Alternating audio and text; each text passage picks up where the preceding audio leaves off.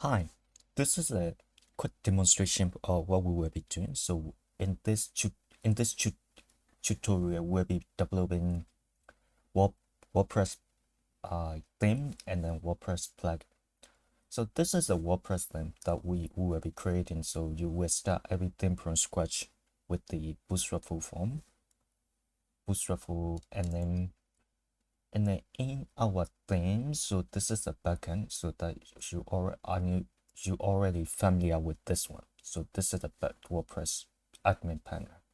So if we go to the themes, that's the theme that we will be creating. So if you click in details, and then you will see that, so that what we should be will be developing.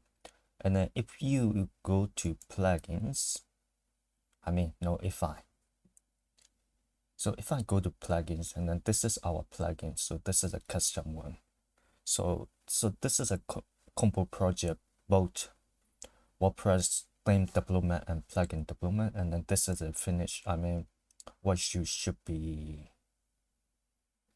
looking at the finished product. So you can either add the images and then description. So this is using the WordPress WP list table. And you can add to the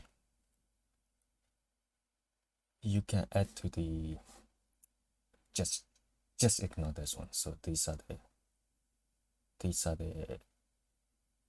what can I say, bugs in the or in this plugin. So I'll fix it. So this is the finished product. This is a test one. So you can either add the product title, description, and image, and then which will store on image will be stored on your server, and then everything will collect in the database.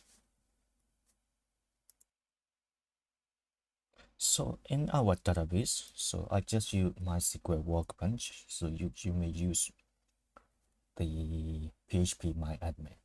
So in our database, so we will be creating the custom table. So this is a custom one that you look at the table and I give it. So this is created by us. So we'll be creating this custom table, including ID and the other fields. And if you query that one, these are